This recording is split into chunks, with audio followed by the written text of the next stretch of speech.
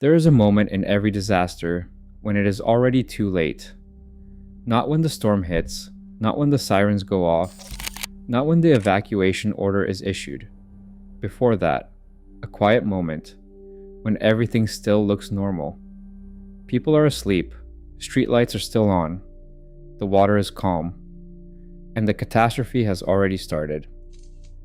Tampa Bay is entering that moment, right now. Not in theory, not in some distant climate projection. Right now, in the shape of the coastline, in the temperature of the Gulf, in the way the city is built. 3 million people live inside a system that scientists have already mapped, simulated, and concluded cannot survive a direct hit. And yet, almost nobody living there feels like they are in danger. That is what makes this different. This is not a disaster people are waiting for. This is a disaster people are unknowingly living inside. Because Tampa Bay does not look like a place that is about to be erased. It looks like one of the safest places in America. Calm waters, wide skies, luxury towers rising along the shoreline. It feels stable, predictable, permanent. But stability can be an illusion. And Tampa Bay is built on one of the most dangerous illusions in the United States. Start with the geography, because this is where the problem begins. Not with climate change, not with population growth, not with infrastructure. With shape. Tampa Bay is not open ocean. It is a funnel, a narrow inward curving system that pulls water in and traps it. When a hurricane approaches from the Gulf, the wind doesn't just push water forward. It compresses it, forcing millions of tons of ocean water into a tightening space. And as that space narrows, the water accelerates. This is not like waves hitting a beach. This is pressure building inside a container. And when that pressure releases, it doesn't spill. It explodes inward. Scientists have modeled this for decades, and the numbers are not ambiguous. A worst-case storm doesn't create flooding. It creates a vertical wall of water up to 20 feet, even 22 feet high, moving fast enough that by the time you see it, you can't escape it. But here's what nobody tells you. The funnel is only the first layer.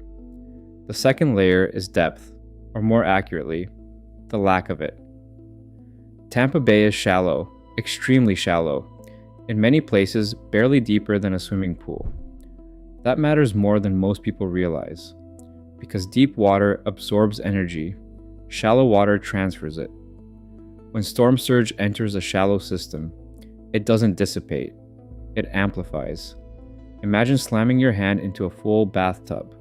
Now imagine slamming it into a thin layer of water on a plate. The reaction is completely different. That violent outward push, that's storm surge in Tampa Bay. Now combine that with land that barely sits above sea level. Entire neighborhoods that exist just inches or feet above the waterline. And suddenly, the question is no longer, how bad could flooding be? The question becomes, where does the water stop? And the answer is simple, it does not. In 2010, planners ran a full-scale simulation, not speculation, a detailed model. The result? Hundreds of thousands of buildings destroyed, millions of tons of debris, thousands of deaths. That was before the population surge, before the construction boom, before sea levels rose further. Today, the same models project something much worse. Entire regions of the metro area becoming uninhabitable in hours. But here's the part that changes everything. None of this is new information.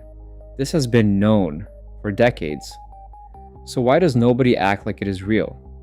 Because Tampa Bay has something incredibly dangerous working in its favor. Nothing has happened. For over 100 years, Tampa Bay has avoided a direct hit. Storms have come close. They have threatened. They have turned at the last second. They have weakened. They have missed. And every time that happens, the brain learns the wrong lesson. Not, we got lucky, but we are safe. This is called near-miss bias, and it is one of the most powerful psychological traps in disaster history. The more you survive something, the less dangerous it feels. So a city that should feel like it is on borrowed time feels protected. Developers don't see risk, they see opportunity. Waterfront land, luxury views, rising property values, and so the construction continues, faster than ever. New towers rise exactly where the surge will hit hardest. Billions of dollars being poured into the most vulnerable land in the region. Not because the risk isn't known, but because the consequences aren't immediate. And that delay, that gap between warning and impact, is where most disasters are built. But here's what nobody tells you. The geography and psychology are not even the biggest problem anymore. The biggest problem is speed. Storms are changing, not just getting stronger, but getting faster. In the past, hurricanes followed a relatively predictable pattern. They built slowly, strengthened over days, and gave cities time to react. That is no longer true. Today, storms can intensify in less than 24 hours, jumping from manageable to catastrophic overnight. That destroys evacuation planning, because evacuation depends on time, and time is disappearing. Imagine this: you go to sleep with a Category 1 storm offshore, something to monitor, not panic over. You wake up and it is a Category 4 on a direct path. You now have less than a day to move millions of people. That is not an evacuation. That is a traffic jam, and Tampa Bay's infrastructure cannot handle it. Studies show that full evacuation of high-risk zones is mathematically impossible within the available window. Highways gridlock within hours, bridges become choke points, fuel runs out, people stall, and then the water arrives, not gradually, not politely, violently. A 20-foot surge does not rise like a tide. It arrives like a moving wall. Cars become debris, homes become fragments, roads disappear completely. And the most dangerous part? It does not look fast until it is. Most people who die in storm surge do not die because they did not know. They die because they waited too long, because it did not look urgent until it was. But here's where the story gets even more uncomfortable. Not everyone in Tampa Bay has the option to leave. For tens of thousands of residents, evacuation is not a decision. It is a luxury. Gas costs money. Hotels cost money. Missing work costs money. And if you do not have that money, you stay. Mobile home communities, elderly populations, families already living at the edge of financial survival. These are the people who remain, and they are also the most exposed. In a major storm, mobile homes do not protect people. They become part of the debris field. And yet, large portions of Tampa Bay's population live in exactly those conditions, inside the highest risk zones. So when evacuation fails, it does not fail evenly. It fails predictably. The same groups, the same neighborhoods, the same people. And this is the part most people never see. The part that does not make headlines. The part that quietly decides who gets out and who does not. Before we go further, if you're still here, it means you care about understanding what is actually happening beneath the surface of these stories. We spend days breaking this down, digging through reports, models, and data that most people never look at, just to bring you this level of clarity. So if you find this valuable, take a second to hit like, subscribe, and leave a comment below. It might seem small, but it genuinely helps us and the team keep doing this. Now here's where the situation becomes even more uncomfortable, and what almost nobody connects. The financial system already knows this. Insurance companies have been quietly pulling back from Florida. They are not reacting to disasters. They are preparing for them. Premiums are rising. Coverage is shrinking. Some providers are leaving entirely. That is not random. That is actuarial math. The industry that prices risk for a living has already calculated what is coming. And it doesn't work, at least not at a price people can afford. So while the city continues building, the financial system is slowly stepping away. That gap between growth and withdrawal is where the real instability begins. Because someone always pays for risk, and when insurers stop, that cost shifts.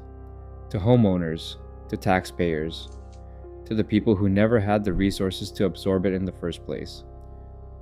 But even that isn't the final layer, because everything you've heard so far assumes the future looks like the past. It doesn't. The Gulf of Mexico is hotter than it used to be, significantly hotter, and hurricanes feed on heat. More heat means stronger storms, faster intensification, and more water carried inland. So every number, every model, every worst-case scenario is being recalculated in real time, and almost all of them are trending in one direction. Worse. What used to be a rare event is becoming more likely. What used to be survivable is becoming borderline unmanageable. And what used to be decades away is arriving sooner. So now the question isn't, will Tampa Bay be hit? It is, when does the system finally align? The funnel, the shallow water, the rising sea level, the hotter Gulf, the fast intensification, the crowded evacuation routes, the people who can't leave. All of it, stacking and waiting. Because disasters like this don't come from one cause, they come from alignment. Everything going wrong at the same time, and when that happens, it doesn't feel gradual. It feels instant. Like the moment the water arrives, and the city realizes all at once that the warning was never the problem, the belief was. Because Tampa Bay doesn't lack data. It doesn't lack models. It doesn't lack experts. It lacks urgency. And urgency is something you don't fully feel until it's already too late. Right now, the water is still calm. The skyline is still growing. The roads are still open. Everything still looks normal. But that quiet moment, the one before everything changes, that's where Tampa Bay is living. And most people inside it don't even know it yet.